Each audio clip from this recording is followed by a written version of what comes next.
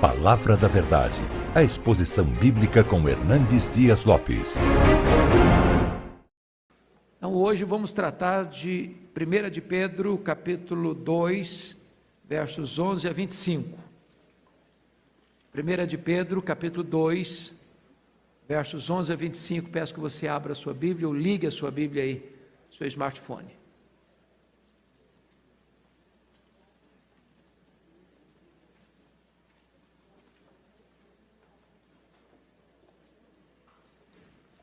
Primeira de Pedro, capítulo 2, verso 11.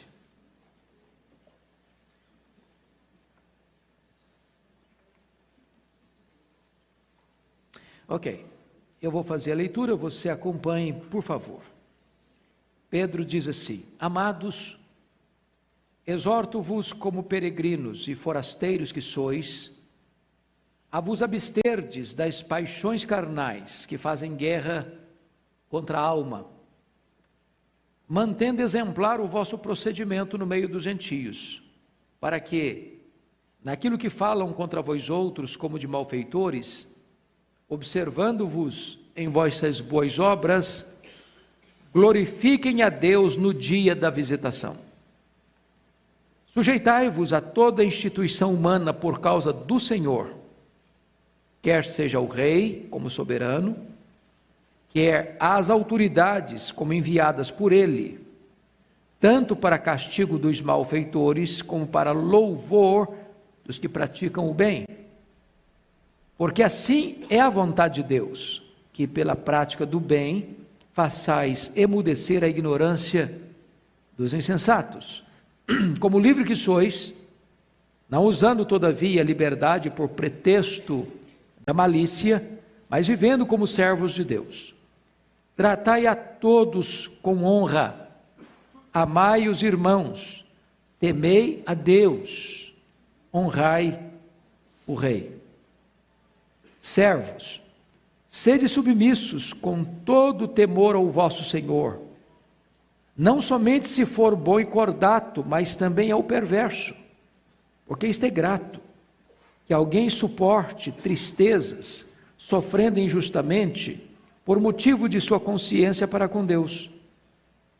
Pois que glória há, se pecando, e sendo esbofeteados por isso, o suportais com paciência.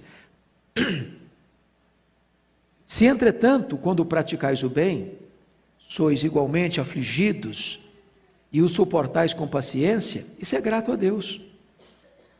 Porquanto, para isto, mesmo fostes chamados, pois que também Cristo sofreu em vosso lugar, deixando-vos exemplo para seguir os seus passos, o qual não cometeu pecado, nem dolo algum se achou em sua boca. Pois ele, quando ultrajado, não revidava com ultraje, quando maltratado, não fazia ameaças, mas entregava-se àquele que julga retamente, carregando ele mesmo em seu corpo, sobre o madeiro, os nossos pecados, para que nós, mortos para os pecados, vivamos para a justiça, por suas chagas fostes sarados. Porque estáveis desgarrados como ovelhas, agora, porém, os convertestes ao pastor e bispo da vossa alma. Amém. Eu quero tratar então com vocês sobre o tema submissão, a marca do povo de Deus. Bom, vocês que estão acompanhando a exposição desta carta, notaram que no capítulo 2, versos de 1 a 10, Pedro está tratando dos privilégios do cristão. Quem nós somos, o que nós temos, as bênçãos que nós usufruímos. Mas no texto lido agora, Pedro faz uma transição dos privilégios para os deveres. Bom, se você é um cristão, então, que deveres você tem? Que responsabilidades você tem? Como é que deve ser a sua vida, a sua conduta, o seu comportamento? Sempre há este equilíbrio nas Escrituras. Você tem doutrina e você tem ética. Você tem privilégios e você tem deveres. Você tem direitos e você tem responsabilidades. Ninguém tem apenas privilégios e ninguém tem apenas deveres. As duas coisas caminham juntas. Esse equilíbrio você encontra em toda a Bíblia. E Pedro, para não sair dessa regra, está nos orientando da mesma forma. Por que é importante você trabalhar a questão dos deveres? Porque, irmãos, a igreja evangélica tem sido muitas vezes até acusada de, para evitar o erro da salvação pelas obras, cair no outro extremo da salvação sem obediência. E tem muita gente, não, eu sou crente, creio em Jesus. Ok, creio em Jesus, ok. Mas como é que você vive? Como é que é a sua conduta, já que você creu em Jesus? Como é que é o seu comportamento? Qual é o seu estilo de vida? Porque às vezes a pessoa vive de tal maneira que o discurso dela que creu em Jesus cai por terra. Que a sua teologia muitas vezes é um arcabouço para justificar seus erros, seus pecados.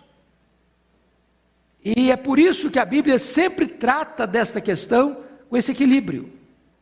Se você creu em Jesus e você tem privilégios, isso desemboca numa qualidade de vida que você precisa viver a partir de então. Bom, então eu chamo a sua atenção para alguns pontos, entrando agora na exposição do texto. Primeiro, versos 11 e 12, Pedro vai tratar do comportamento do cristão.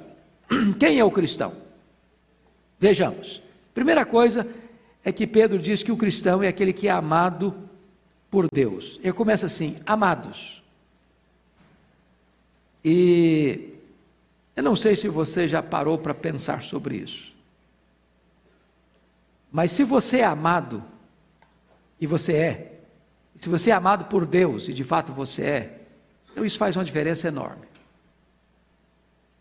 Os puritanos diziam lá no século XVII assim: achas pouco o fato de seres amado por Deus? Se Deus é a pessoa mais importante do universo, e é mesmo, e se Deus ama você, e ama mesmo, você acha isso pouco? Você acha isso coisa pequena? Então Pedro começa a afirmação dele com respeito ao comportamento cristão, dizendo assim, que você é uma pessoa amada. Mas em segundo lugar, os cristãos, além de amados, diz ele, exorto-vos como peregrinos e forasteiros que sois. Uma vez que você é amado, você agora precisa ser exortado. E antes de ser exortado, você precisa ainda entender outra coisa. Quem você é? Primeiro, você é o quê? Um peregrino. Essa palavra peregrino aqui significa residente estrangeiro. Você mora numa pátria, mas aquela pátria não é a sua pátria. Você não é daquele lugar. Você mora ali, você se estabeleceu ali, mas ali não é o seu país. Quando Pedro está dizendo isso, você é um forasteiro, você está aqui, você mora em São Paulo, você mora no Brasil, você é um brasileiro, mas embora morando no Brasil, em São Paulo e sendo um brasileiro, você habita num país onde não é a sua cidadania permanente. Sua pátria está no céu. Você é como aqueles patriarcas que caminham em busca da verdadeira pátria, cujo arquiteto e fundador é Deus. Essa é a primeira consciência que eu preciso ter, de que aqui eu sou um residente temporário, que aqui não é a minha verdadeira pátria, aqui não é o meu verdadeiro lar, aqui não está a minha verdadeira herança. Eu estou a caminho da minha verdadeira pátria. Eu sou o quê? Um peregrino. Então não ponha seu coração aqui não finque suas raízes aqui, não construa seus tesouros aqui, porque aqui você é um residente temporário, você é um peregrino. Mas notem mais, que Pedro diz: amado, exorto-vos como peregrinos e forasteiros. Agora a palavra forasteiro, ela diz um pouco mais. O contexto aqui, irmãos, é de que os cristãos estavam sendo perseguidos, perdendo suas propriedades, suas casas, seus bens, e desinstalados do seu ambiente, do seu habitat. E eles não só não tinham pátria permanente, mas não tinham residência permanente. Louvado seja Deus, você e eu não estamos vivendo essa realidade. Você compra uma casa, você compra um apartamento, você recebe uma escritura, e ninguém invade a sua casa lá dizendo: vai embora daqui.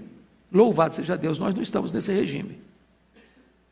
Louvado seja Deus, você sai da sua casa e vem para a igreja, sem ninguém pedir documento, sem ninguém te parar no meio do caminho, para dizer assim: para onde você está indo? O que você vai fazer?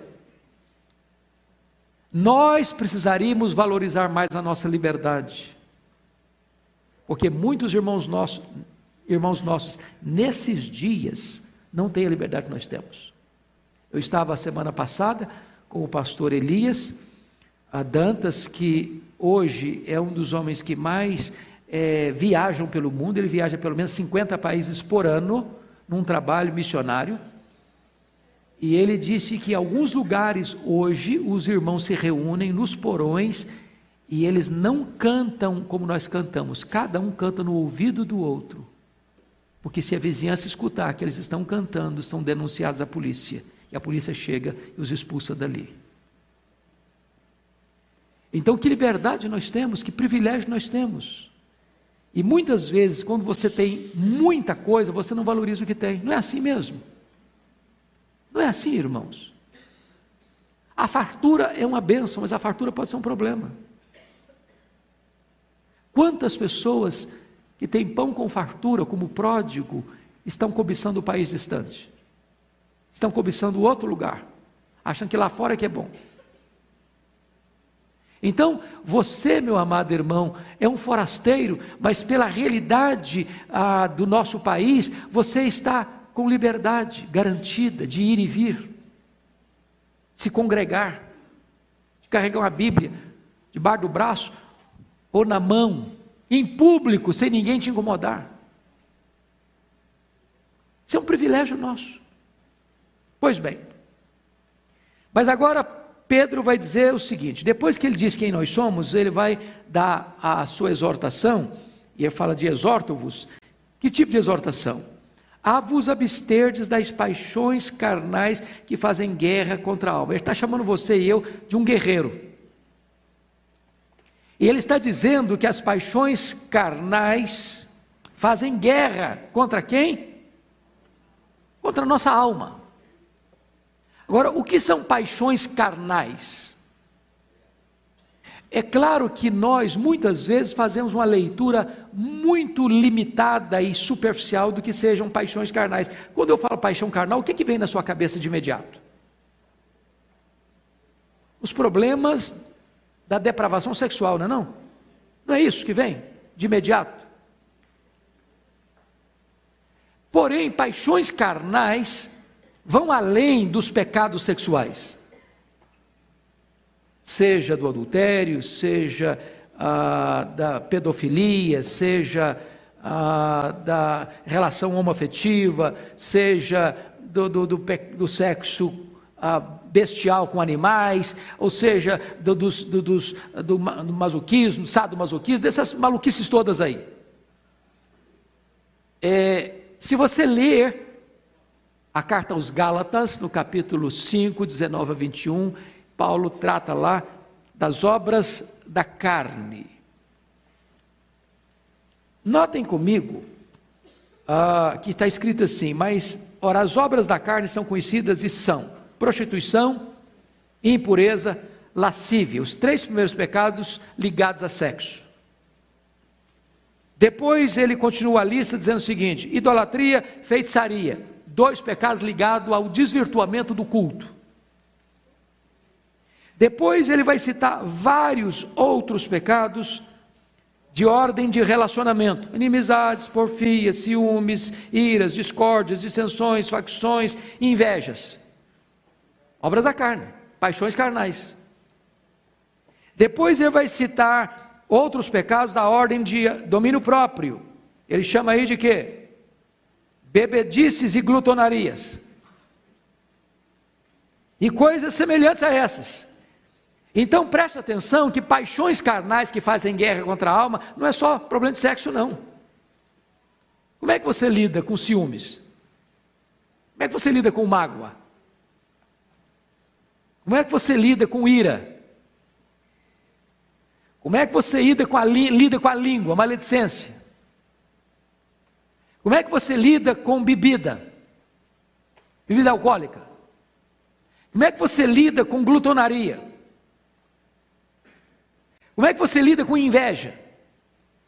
Ora, todas essas coisas, diz o texto bíblico de Pedro aqui, fazem guerra contra quem? Contra a nossa alma. Então nós precisamos aprender a lidar com isso, a enfrentar essa batalha espiritual, que às vezes a gente pensa que batalha espiritual é só com demônio. Não, batalha espiritual também é contra as paixões carnais. E diz Pedro, e Pedro usa essa palavra forte: fazem guerra contra nós mesmos, contra a nossa alma. Precisamos aprender a lidar com isso. Agora, olha comigo, outra coisa do comportamento. O cristão é um exemplo de conduta irrepreensível num mundo hostil. Olha o comecinho do versículo 12. A primeira de Pedro 3,12, de 2,12. Mantendo exemplar o vosso procedimento no meio dos gentios. Ou seja, enquanto as paixões carnais estão guerreando contra a sua alma, contra você, nessa conjuntura de batalha espiritual, de guerra espiritual, e você é um guerreiro, você precisa manter o quê? Exemplar o seu procedimento. Dentro da igreja, dentro do templo, na hora do culto, aonde? No meio dos gentios. Em outras palavras, você não pode viver num gueto, você não vive num mosteiro. A vida cristã não acontece aqui dentro a gente vem para cá para abastecer, para recarregar as baterias, para abastecer o tanque. Não é isso mesmo? Aí você volta para sua casa, volta para sua escola, volta para o seu trabalho, volta para os seus relacionamentos da família, com seus vizinhos. É lá que a coisa acontece. Lá você é hostilizado, lá você é criticado, lá você é xingado, lá você enfrenta batalha muito grande, e lá, apesar de tudo, você precisa manter exemplar o quê? Seu procedimento. Você é um cristão. Então notem vocês, meus amados irmãos, que se eu sou um cristão, a evidência de ser um cristão é a minha vida, é o meu testemunho, é o meu exemplo, não dentro da igreja, porque é muito fácil ser crente dentro da igreja. Aqui o ambiente é favorável, aqui todo mundo trata você bem. Aqui, se alguém trata mal, você chega lá e fala: o pastor aqui, fulano lá me tratou mal, o senhor dá um jeito nele, eu aperto o parafuso dele. Mas lá no seu trabalho, não. Lá alguém está querendo puxar seu tapete, lá alguém está querendo tomar o seu lugar. Lá você precisa suar a camisa para ficar firme. Agora, Pedro ainda vai nos informar aqui que o argumento irresistível de Deus no mundo, e o seu argumento irresistível no mundo, é o seu testemunho. Olha comigo a parte B do versículo 12. Mantendo exemplar o vosso procedimento dos gentios, para que, naquilo que falam contra vós outros, como de malfeitores, observando-vos em vossas boas obras, glorifiquem a Deus no dia da visitação. Ou seja, naquela época os cristãos eram mal falados. Por que eles eram mal falados? Primeiro, os cristãos viviam num mundo politeísta. Todo mundo adorava muitos deuses. Aí o cristão chega e diz: não, eu só adoro a Deus, não adoro mais ninguém. Eles eram chamados de infiéis.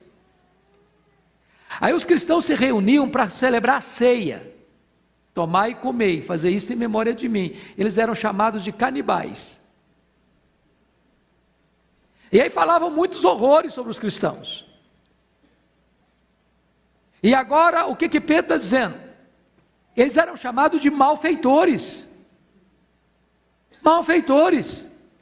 Hoje, graças a Deus, irmão, se você é um crente de verdade, as pessoas respeitam você. É bem verdade que hoje o negócio está ficando feio, não está não? Porque tem muita gente botando todo mundo no mesmo balaio. E tem gente que hoje, irmãos, vocês sabem disso, os mais velhos aqui sabem disso.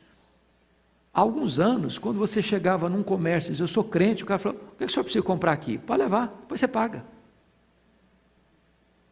Hoje o cara vai fazer crediar numa loja, e aí, eu só quero, falei, então desfaz tudo. Ele virou sinônimo de caloteiro. Tem empresa que não contrata crente, que é o cara mais enrolado, quer ler Bíblia lá no trabalho dele. Você pode ler Bíblia, filho, mas na hora do expediente não.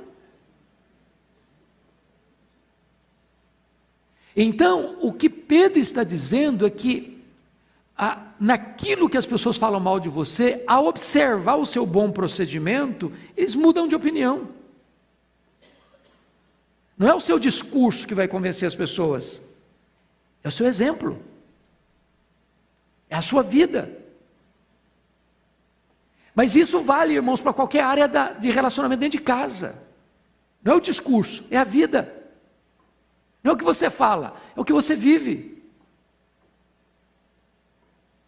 Então, a primeira coisa que Pedro está mostrando é como é que nós temos um comportamento que vai mostrar para o mundo que de fato nós somos um povo remido por Deus. E esse povo vai reconhecer: esse povo é diferente. Esse povo é diferente. Em vez de falar mal de você, ele vai dar graças a Deus pela sua vida. Isso está escrito aí. Observando em vós as boas obras, glorifiquem a Deus no dia de visitação. Preste atenção, não é observando as vossas palavras bonitas, evangélicas, piedosas, observando o quê? As vossas boas obras. O cara fala mal de você, você fala bem dele. O cara puxa o seu tapete, você vai lá e ajuda ele. O cara bate a sua porta com necessidade e você atende a necessidade dele. Meus irmãos, é a vida, é o testemunho, é que vai mexer com as pessoas. Mas, vamos agora ver a submissão no âmbito do governo. Olha comigo aí, dos versos 13 a 17, que Pedro agora, uma vez que tratou da conduta do cristão, ele vai entrar num campo mais específico dessa conduta. Como é que é a sua conduta em relação às autoridades constituídas? Então vamos ver a submissão no âmbito do governo. Primeiro, a abrangência da submissão, versículo 13 aí: sujeitai-vos a toda instituição humana por causa do Senhor. O que significa isso? Significa que o crente não pode ser um anarquista. O crente não pode ser um rebelde. O crente é alguém que compreende que Deus instituiu a família, a igreja e o Estado. O crente é alguém que compreende que toda autoridade constituída é constituída por Deus. E resistir esta autoridade apenas por resistir é resistir ao próprio Deus. Agora preste atenção que no próprio ato de dar esta ordem de sujeição a toda instituição humana, Pedro já trabalha o limite dessa sujeição. Ele diz assim: sujeitai-vos a toda instituição humana, o quê? Por causa do Senhor. Em outras palavras, Pedro não acredita em instituição humana soberana, divinizada, autocrática. Ele não está favorecendo isso. Porque um dos grandes problemas, e olha que Pedro vivia dentro de um regime onde o imperador era considerado um deus, onde ele era divinizado, onde se construía templos para adorar o imperador. E ele está dizendo que você é um cristão, nessa conjuntura, se sujeita à autoridade, mas não é por causa da autoridade, é porque tem alguém acima da autoridade, e esse alguém acima da autoridade é o Senhor. Ele quebra essa ideia do Estado divinizado, do Estado absolutista. Foi isso que Jesus ensinou. Dai a César o que é de César, e a Deus o que é de Deus. Nem tudo é de César, como Roma pensava. Então o cristão é alguém que honra a autoridade, mas ele honra a autoridade por causa do Senhor. Ele entende que o Senhor está acima da autoridade. A motivação para essa submissão está no versículo 13, parte B. Sujeitai-vos a toda instituição, não é por causa do Senhor, quer seja o rei, como soberano. Então ele está dizendo que a motivação é por causa de quem? Do Senhor. Você é um crente, você entende isso? E nós, por exemplo, vamos pegar o conceito de democracia. Quem pode me dar a definição de democracia? Não é aquela definição mais clássica que tem. O que é democracia? Quem sabe me dar essa definição? Democracia, 3 pontinhos. É o governo do povo, pelo povo e para o povo. Nós cristãos achamos algo mais? E eu pergunto a vocês, num sistema democrático é assim que nós entendemos, né? Quem bota o presidente lá hoje é o voto popular, sufrágio popular. Quem bota o governador? Sufrágio popular. Senador, deputado federal, deputado estadual, prefeito, vereador. Ok. Mas nós cristãos entendemos algo um pouco maior. O povo é apenas o instrumento, mas o verdadeiro poder vem de onde? De Deus. Quem institui de fato não é o povo, é Deus. E essa compreensão nossa é muito importante, e pena que as autoridades não têm essa visão. Que eles governam debaixo do governo de Deus, que eles precisam entender que eles estão debaixo de autoridade. Essa é a motivação. Em outras palavras, está aqui tirando a divinização do Estado, como os apóstolos entenderam lá com Sinédrio. Antes importa obedecer a Deus e aos homens. Mas os níveis dessa autoridade, está aí no versículo 13, ele diz, quer ao rei como soberano, quer as autoridades como enviadas por ele. Então preste atenção. Ele está falando no Império Romano, onde tem um imperador, e onde tem pessoas debaixo dessa autoridade, seja o Senado na época, ou seja as outras instituições governamentais para manter a ordem. Então cabe ao cristão ser um cidadão que respeita as autoridades constituídas nos seus diferentes níveis, nos seus diferentes estratos de poder. Ou seja, o cristão é alguém que não contraria a ordem, ele não é um subversivo. Essa é a linguagem de Pedro, a linguagem de Pedro. Mas é muito importante que Pedro está também alinhado na mesma fala do apóstolo Paulo, quando ele diz no verso 14, qual é o dever da autoridade. Olha aí comigo. Tanto para castigo dos malfeitores, como para louvor dos que praticam o bem. Vamos entender isso aqui, irmãos. Paulo, escrevendo aos Romanos, no capítulo 13, ele diz que as autoridades são ministros de Deus. E a palavra ministros lá é diáconos. O presidente, o governador, o senador, o deputado federal, o deputado estadual, o prefeito e o vereador são diáconos. O que é um diácono? Nós temos na igreja presbiteriana diáconos. Quem são os diáconos? São aqueles que servem. E não é uma desonra servir, porque o nosso glorioso Redentor, sendo o Senhor, se fez servo. Ele não veio para ser servido, ele veio para servir. Então, os nossos representantes políticos, eles precisam entender isso, a missão deles é servir. Eles são diáconos de Deus para servirem quem? O povo. Mas qual é a natureza desse serviço? Duas coisas. Primeiro, promover o bem.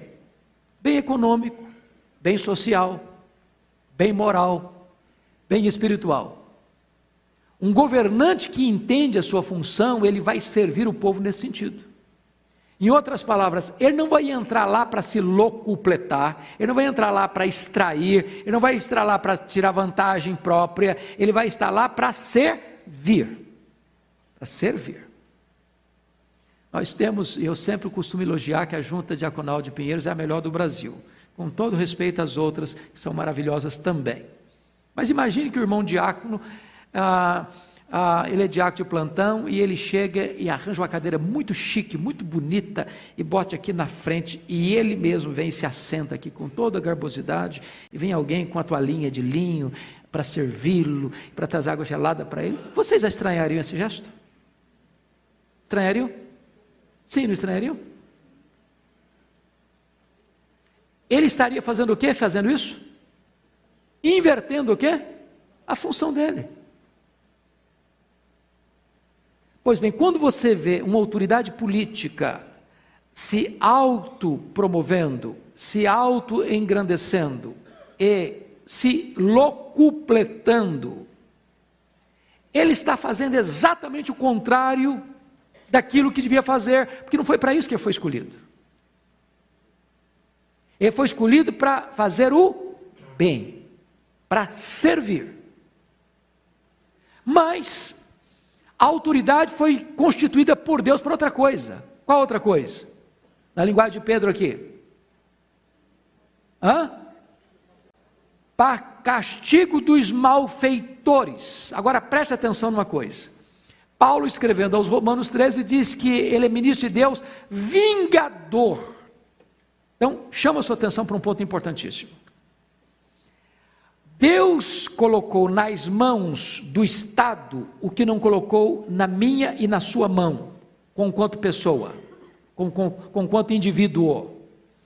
Eu não posso, não tenho direito, não tenho autoridade, não tenho permissão para me vingar. Se alguém fizer um mal a mim, o que é que eu tenho que fazer? Perdoar, pagar o mal com o bem. Se eu for dar o troco, pagar o mal com o mal, eu estou certo? Não, estou errado. Estou errado, eu não tenho essa competência.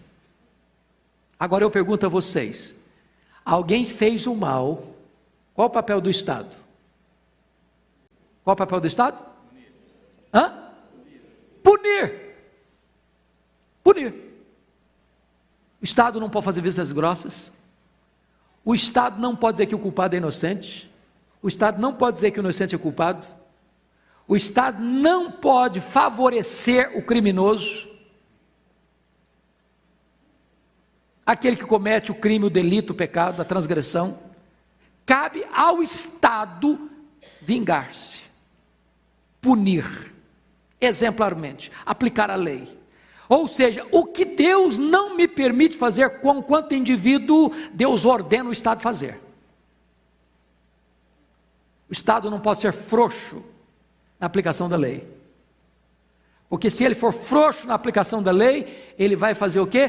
Contribuir para o crescimento do crime. As pessoas vão dizer, o crime compensa. Eu vou fazer e vou escapar. Eu vou fazer e ninguém vai me pegar. Eu vou fazer e ninguém vai saber. Eu vou fazer e vou usufruir o produto do meu roubo, do meu crime.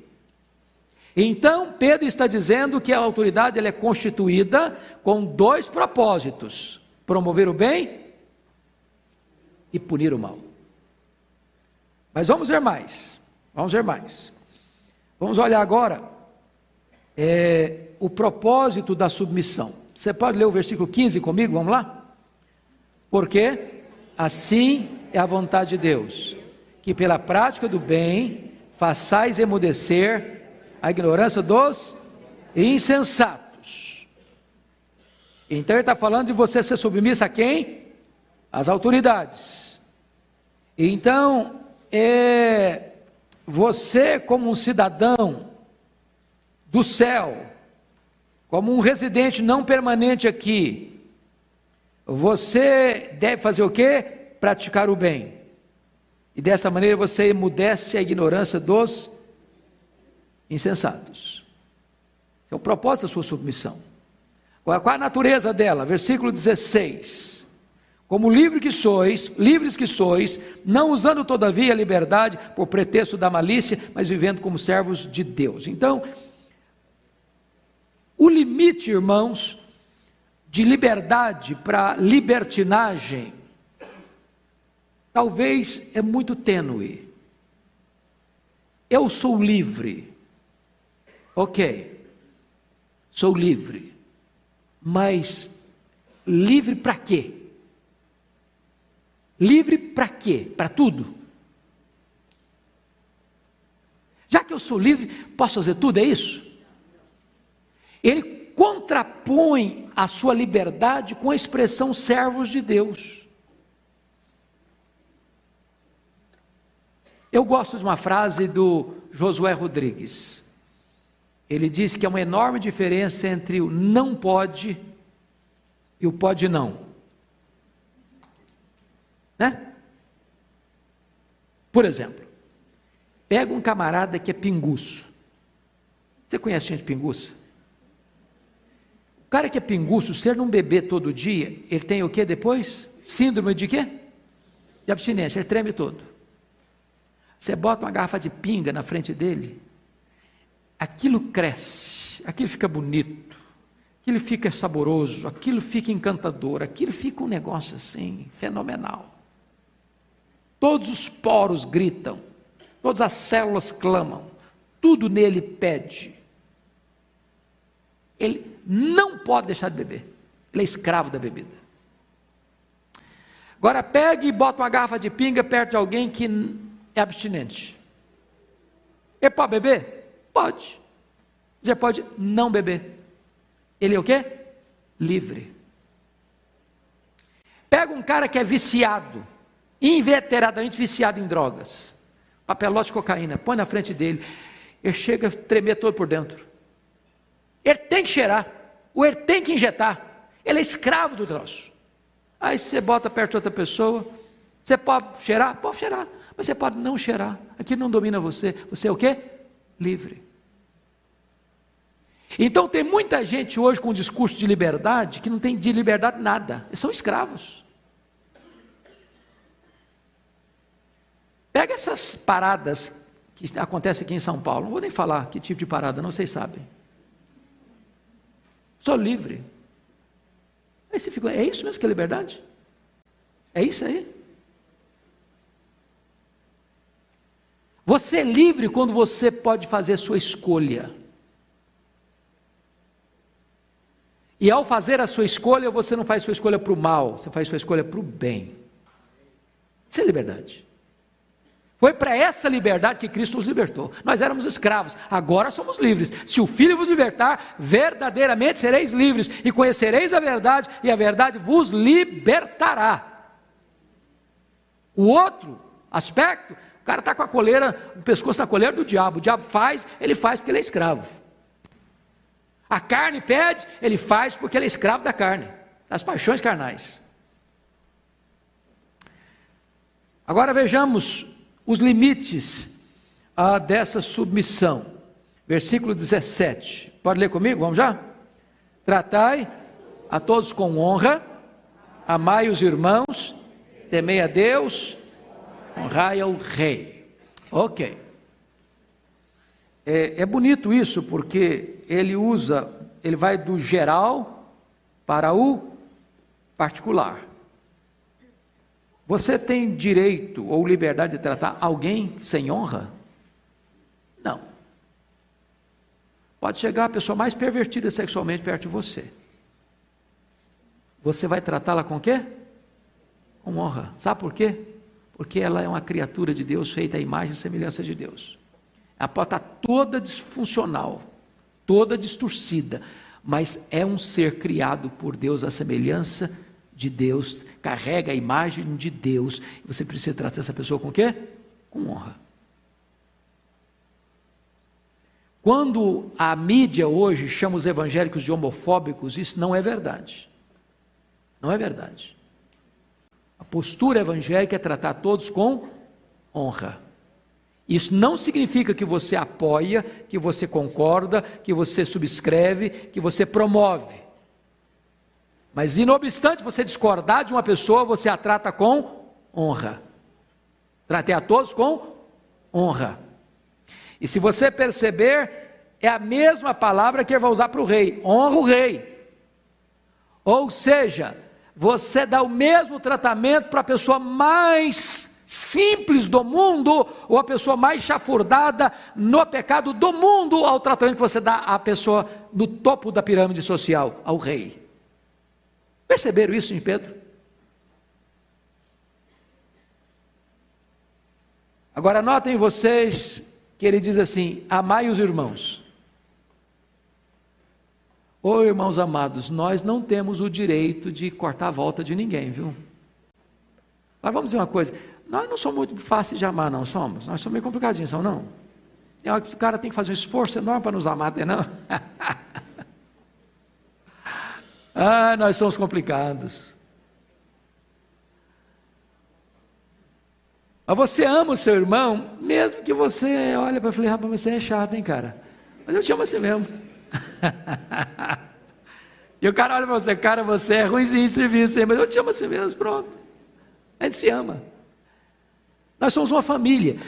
E eu te pergunto: quando você ama a sua família, você não só uma família que ela é perfeita, maravilhosa? Quem tem uma família perfeita, maravilhosíssima? Tem alguém aqui que tem? Então dou endereço para nós, que a gente tem que aprender com vocês. Mas você ama a sua família assim mesmo. Você ama a sua família assim mesmo. Nós amamos uns aos outros, irmãos. Não é porque a gente é todo mundo legal demais da conta, nós somos ruinzinhos mesmo, mas amamos uns aos outros. Amai os irmãos. Com respeito a Deus, o que você tem que fazer? Temei a Deus. A Bíblia não diz que você tem que temer o rei. Você tem que temer a Deus. Quem teme a Deus não teme aos homens. Preste atenção nisso. Quem teme a Deus não teme aos homens. Foi isso que os cristãos revolucionaram o Império Romano, e o Império Romano teve que se curvar ao cristianismo. O camarada chegava e falava: eu te mato. O senhor pode me matar, mas eu temo a Deus. Te jogo para as feras. O senhor me joga para as feras, mas eu temo a Deus. Eu vou açoitar você. O senhor vai me açoitar, mas eu temo a Deus. Vou te jogar na fogueira. O senhor vai me jogar na fogueira, mas eu temo a Deus. Eu vou te crucificar. O senhor vai me crucificar, mas eu temo a Deus. Perceberam? O Império Romano teve que se dobrar diante dessa verdade. O cristão preferia morrer a deixar de temer ao seu Deus. Essa é que é a diferença. O rei, eu honro o senhor. O senhor é a autoridade constituída. Mas a minha devoção é a Deus. É a Ele que eu temo. É a Ele que eu sirvo. É a Ele que eu adoro. Pois bem, agora vamos passar para outra fase, que é a submissão no âmbito do trabalho. Versículos 18 ao versículo 20. Preste atenção nisso.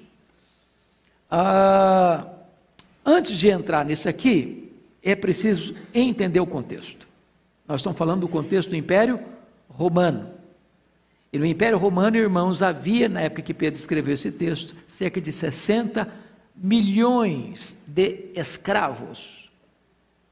A maior parte da população era composta de escravos.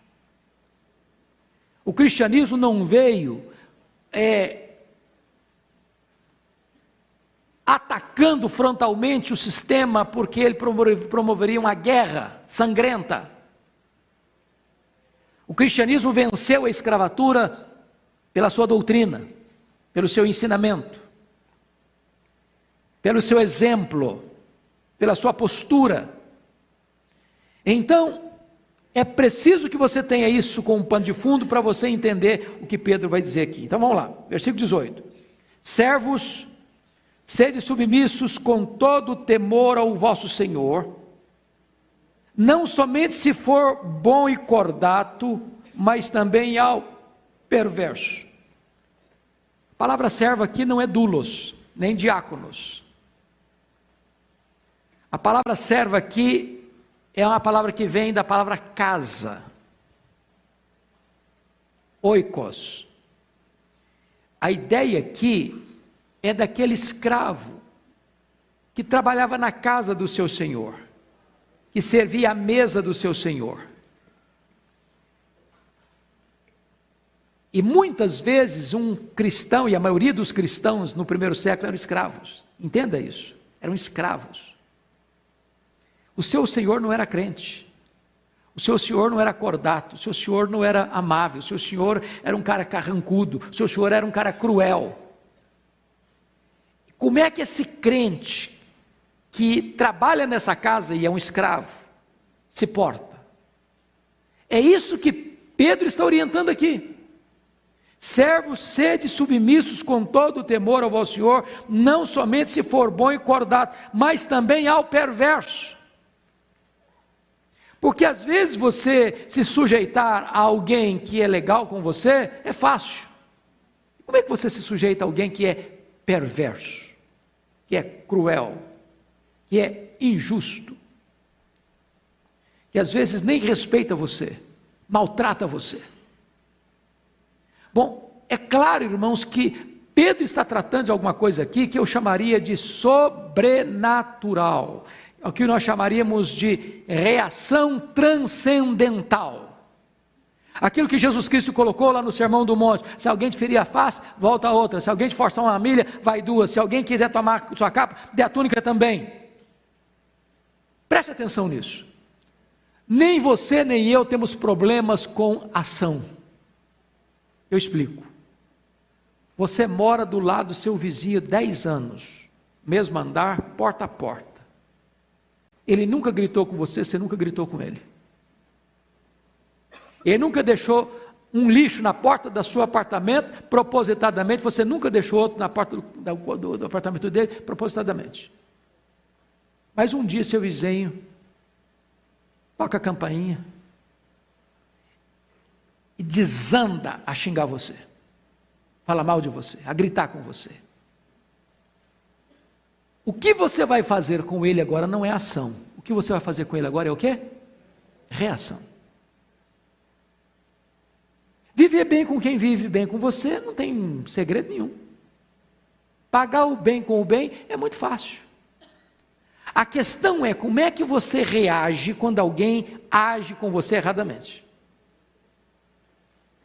Esse é o ponto que Pedro está tratando aqui. O seu patrão é um cara perverso, o seu patrão não respeita você, o seu patrão não é legal com você, o seu patrão é alguém que perturba a sua vida, e mesmo assim, diz Pedro, você tem que tratar essa pessoa com dignidade. É fácil isso, irmãos? Não, não é. Ou você tem a graça de Deus, ou você é um cristão que depende do poder do Espírito Santo de Deus, ou você, desculpe da expressão, chuta o balde. Mas tem mais. Segundo lugar, submissão a despeito da injustiça. Olha o versículo 19 comigo. Porque isto é grato, se é agradável a Deus, que alguém suporte tristezas, sofrendo injustamente, por motivo de sua consciência para com Deus. Irmãos amados, bom, isso aqui, se você for pensar do ponto de vista humano, você num Estado de Direito é diferente de Império Romano. Preste atenção nisso. Eu estou lendo esse texto com as lentes do primeiro século. Hoje, por exemplo, pode ser uma grande empresa. O seu patrão pode ser o gerente, presidente da empresa, até o dono da empresa, e você entrou lá ganhando salário mínimo. Mas se o cara te prejudicar lá, você faz o quê? Como cidadão. Pensa cristão agora, pensa o cidadão comum, faz o quê? Vai o quê? Vai na justiça. Os tribunais garantem a você direitos de defesa. Não era o caso aqui. Eu estou falando de uma sociedade escravagista, escravocrata, onde o cidadão que trabalhava era propriedade de seu dono. E louvado seja Deus, irmãos, foi o cristianismo que derrubou a escravidão no mundo. Leia a história. Aliás, saiu um livro agora, eu estou doido para comprar, já procurei em algumas livrarias, já está esgotado, o livro nem saiu, já está esgotado, o livro do Laurentino Gomes. Ele escreveu 808, 822, 889 e agora escreveu um sobre escravidão, e eu estou muito interessado em ler. E você vai perceber que o que debelou a escravidão no mundo foi o cristianismo. Na Inglaterra, William Wilberforce, John Wesley. O que debelou a escravidão na América foi a influência cristã. E louvado seja Deus, porque nós não vivemos nesse regime, mas aqueles irmãos nossos lá viveram. E a orientação que Pedro disse é o seguinte: olha, ainda que você sofra injustiça, essa é a ideia aí, preste atenção, porque isso é grato, pois isso é grato que alguém suporte tristeza sofrendo injustamente. Quando você sofre injustamente, isso produz o que? Alegria? Não, produz tristeza. Mas por que você deve sofrer? Por causa da sua consciência. Você não faz o mal, você não paga o mal com o mal. Fala mal de você, você fala bem da pessoa. A pessoa prejudica você, você procura jeito de servir a ela. Irmãos, ninguém suporta lidar vitoriosamente com amor. Não dá para alguém machucar você e você abençoar. E você falar mal de você, você falar bem dela. Ela perseguir você e você orar por ela. Isso aí derruba qualquer coisa. É o poder do amor, é o poder transformador do Evangelho.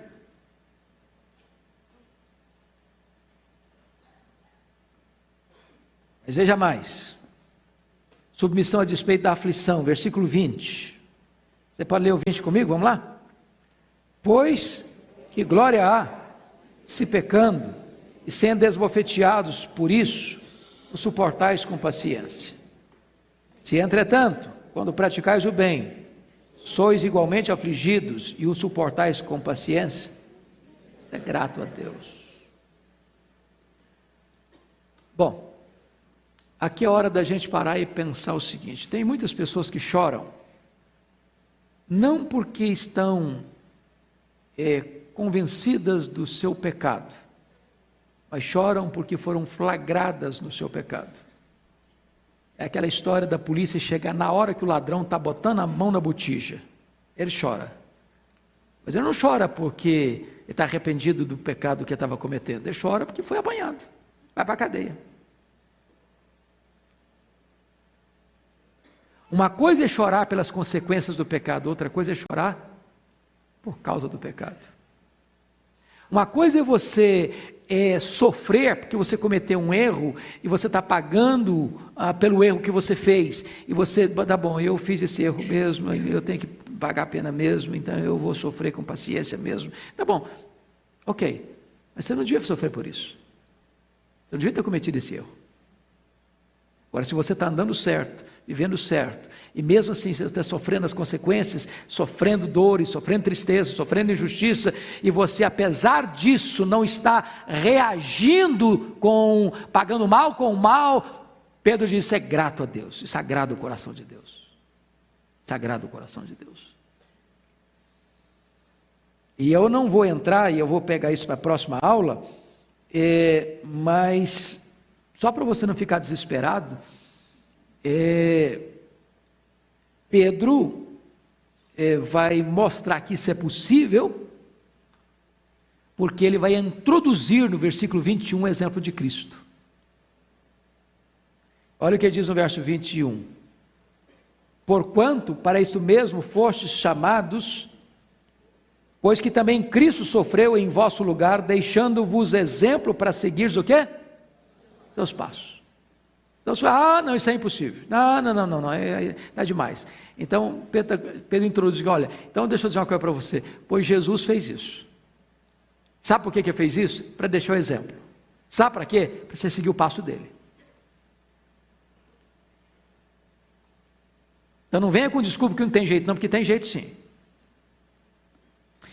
E agora, chama a sua atenção para essa expressão, pois que também Cristo sofreu em quê? Em vosso lugar. Irmãos, isso aqui a gente chama de o sofrimento expiatório de Cristo, substitutivo de Cristo. A morte de Cristo, os sofrimentos vicários de Cristo foram substitutivos. Ele sofreu e ele morreu no seu lugar. Verso 22. Você leia comigo? Vamos lá? O qual não cometeu pecado, nem dolo algum se achou em sua boca. Então, ele, Jesus, preste atenção nisso, não sofreu por erros que ele cometeu. Esse é o ensino de Pedro. Ao sofrer, não sofra por erros que você cometeu.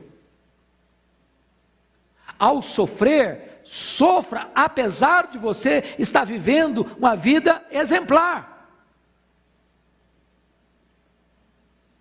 Porque ao sofrer por estar vivendo uma vida exemplar, você está nas pegadas de Cristo. Ele não cometeu pecado, nem dolo nenhum se achou em sua boca. Bom, mas ele está falando de dolo no que tange ao sofrimento. Pensa comigo em Jesus sendo surrado lá no sinédrio judaico naquela noite que foi preso no Getsemane. Agora pense comigo Jesus sendo espancado violentamente lá no pretório romano, apenas para agradar os judeus, porque o que mandou surrá-lo estava convencido de que ele era inocente. Agora pense Jesus caminhando para a cruz, pelas apinhadas e estreitas ruas de Jerusalém, debaixo de apupos e vaias de uma multidão ensandecida. Agora pense Jesus crucificado entre dois ladrões, e quando os dois no começo estavam zombando dele também. Agora pense Jesus sendo escarnecido pelos sacerdotes e pelos soldados romanos que estavam ali no pé da cruz, falando impropérios para ele. É isso que Pedro está dizendo, o qual não cometeu pecado, nem dolo algum se achou em sua boca. Agora vamos para o verso 23, leia o 23 comigo. Pois ele, quando ultrajado, não revidava com ultraje, quando maltratado, não fazia ameaças, mas entregava-se àquele que julga retamente. Eu estou falando de ação ou de reação aqui? Reação. Reação. O que é ser ultrajado, hein? Desfeiteado, escarnecido, humilhado. E as pessoas escarneciam dele, e ele revidava com o quê? Com outro ultraje? Não. Não revidava ultraje, com ultraje. Quando maltratado, o que é maltratado aqui? Bateram nele, cuspiram nele, arrancaram a barba dele, cravaram a coroa de espinho nele, botaram uma cruz pesada nas costas dele, e ele já todo machucado, chicotearam-no pelo caminho afora, cravaram um prego nas mãos dele, amarraram e cravaram um prego nos pés dele, e ele 6 horas suspenso ali entre a terra e os céus, sede, cãibras, dores. O que é que ele faz? Maltratado, quando maltratado, não fazia o quê? Ameaças. Com um só olhar ele fuzilaria todo mundo, com a sua palavra ele mataria todo mundo, mas ele não fez o quê? Ameaças. Ao contrário, o que é que ele fez? Entregou-se àquele que julga retamente. Aí Pedro está dizendo o seguinte: vocês têm que fazer o quê? Seguir os seus passos. Quando chega no verso 24, irmãos, ele mostra a morte vicária de Cristo. Isso para mim é um dos textos mais ricos das Escrituras. Você leu o 24 comigo? Vamos lá? Carregando ele mesmo em seu corpo, sobre o madeiro, os nossos pecados, para que nós, mortos para os pecados, vivamos para a justiça. Por suas chagas fostes sarados. O sacrifício de Cristo, irmãos, foi vicário. E no dia que você entender o que significa isso, que lá no Sino de Dort chamaram de expiação limitada, você vai ter o seu coração descansado em Deus. Porque a grande ideia é, Jesus morreu apenas para possibilitar a sua salvação, ou Jesus morreu em seu lugar, por você, para comprar você, para remir você para Deus. Se ele morreu por você, se ele levou no madeiro os seus pecados, e se ele pagou a sua dívida, está consumado. Se ele morreu pelos seus pecados e ressuscitou para a sua justificação, você que crê nele está com a sua salvação absolutamente garantida. Garantida. Então, o que Pedro está dizendo é o seguinte: aquele que é o seu exemplo, é o seu redentor, é o seu salvador. Ele morreu por você. Mas o último versículo mostra mais uma coisa, e eu termino aqui. Olha o último versículo: porque estáveis desgarrados como ovelhas, quando ele morreu por nós, obviamente. Agora, porém, vos convertestes ao pastor e bispo da vossa alma. Ele é o seu pastor, já que você agora foi salvo por ele, daqui para frente ele cuida de você. Ele é o seu pastor. Mas ele é o seu bispo, ele é aquele que supervisiona sobre você, ele está com seus olhos postos em cima de você, ele sabe onde você vai, ele sabe onde você está, ele sabe o que você está fazendo, ele acompanha você, ele fiscaliza você, ele guarda você, ele está atento a você, ele é o seu bispo, que tem uma visão ampla sobre você, e ele é o pastor que cuida da sua alma. Ele não é só seu exemplo, ele é o seu redentor. Ele não é só o seu exemplo, é o seu protetor. Ele não é apenas o seu exemplo, ele é aquele que está cuidando do macro e do micro, tudo em relação à sua vida, ele está tomando conta. Dica de português agora. É muito comum você orar e dizer: Senhor, abençoa os nossos corações, Senhor, abençoa as nossas almas. Não faça isso. Preste atenção que Pedro está falando no plural. Porque estáveis, está no plural, desgarrados como ovelhas, no plural. Porém agora vos convertesse ao pastor e bispo de quê? Das vossas almas? Não, da vossa alma. Você tem quantas almas? Uma só. Você está falando para 1000 pessoas: Senhor, abençoa a nossa alma, não as nossas almas. Porque se um camarada não entender nada de Bíblia, nada de cristianismo, você: Senhor, abençoa as nossas almas, e qual a conclusão que vai chegar? Você tem mais de uma alma. Senhor, abençoa os nossos corações. Bom, não, Senhor, abençoa, está falando para 1000 pessoas: Senhor, abençoa o nosso coração. Se eu falar abençoa os nossos corações, eu falei: esse cara tem mais de um, ele podia me dar um, que o meu também é fraco. Vamos abrir a nossa Bíblia. Cada um só traz uma Bíblia. Então não vamos abrir as nossas Bíblias, vamos abrir a nossa Bíblia. Vamos abrir os nossos olhos, mas não vamos abrir as nossas bocas, vamos abrir a nossa boca. Só uma dica, irmãos: se a gente prestar atenção, não erra mais. Leia a sua Bíblia. Maridos, amai. Quem completa? A vossa esposa, não as vossas esposas. Porque às vezes eu chego, meus irmãos, nós temos que amar as nossas mulheres. Eu falei: que esse cara é poligâmico, eu não estou sabendo. Maridos, amai a vossa esposa. Esposas, sede submissas ao vosso marido, não aos vossos maridos. Então, só uma dicasinha para a gente não errar. Se a gente prestar atenção, não erra. Minha irmã, eu estou no limite da música, mas pergunte, se eu não souber a resposta rápida, eu falo depois. É certo, se a greve for justa, dentro do nosso direito, um cristão não deva fazer greve por greve, ele não deve se rebelar, mas dentro do nosso contexto, se é legítimo, se é lícito, se tem um bom propósito, sim, Porque disse a vocês que o governo ele tem dois propósitos: promover o bem e coibir o mal. Se o governo, as autoridades constituídas, em vez de promover o bem, promove o mal e coíbe o bem, cabe ao cristão alertar a autoridade.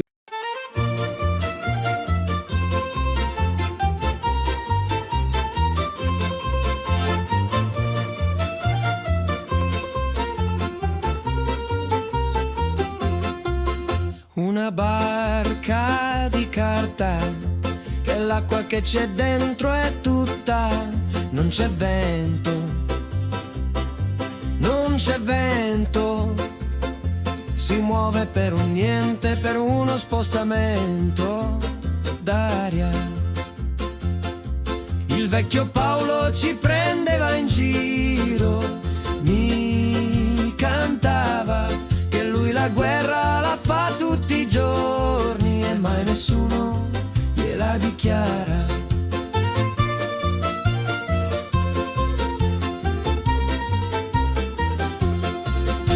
Un viaggio di fortuna, non si è mai pronti quando arriva, non c'è scelta, non c'è scelta, l'anima si arrende, lo stomaco si chiude a tutto. Il vecchio Paolo ci prendeva in giro, mi cantava che lui la guerra la fa tutti i giorni e mai nessuno gliela dichiara.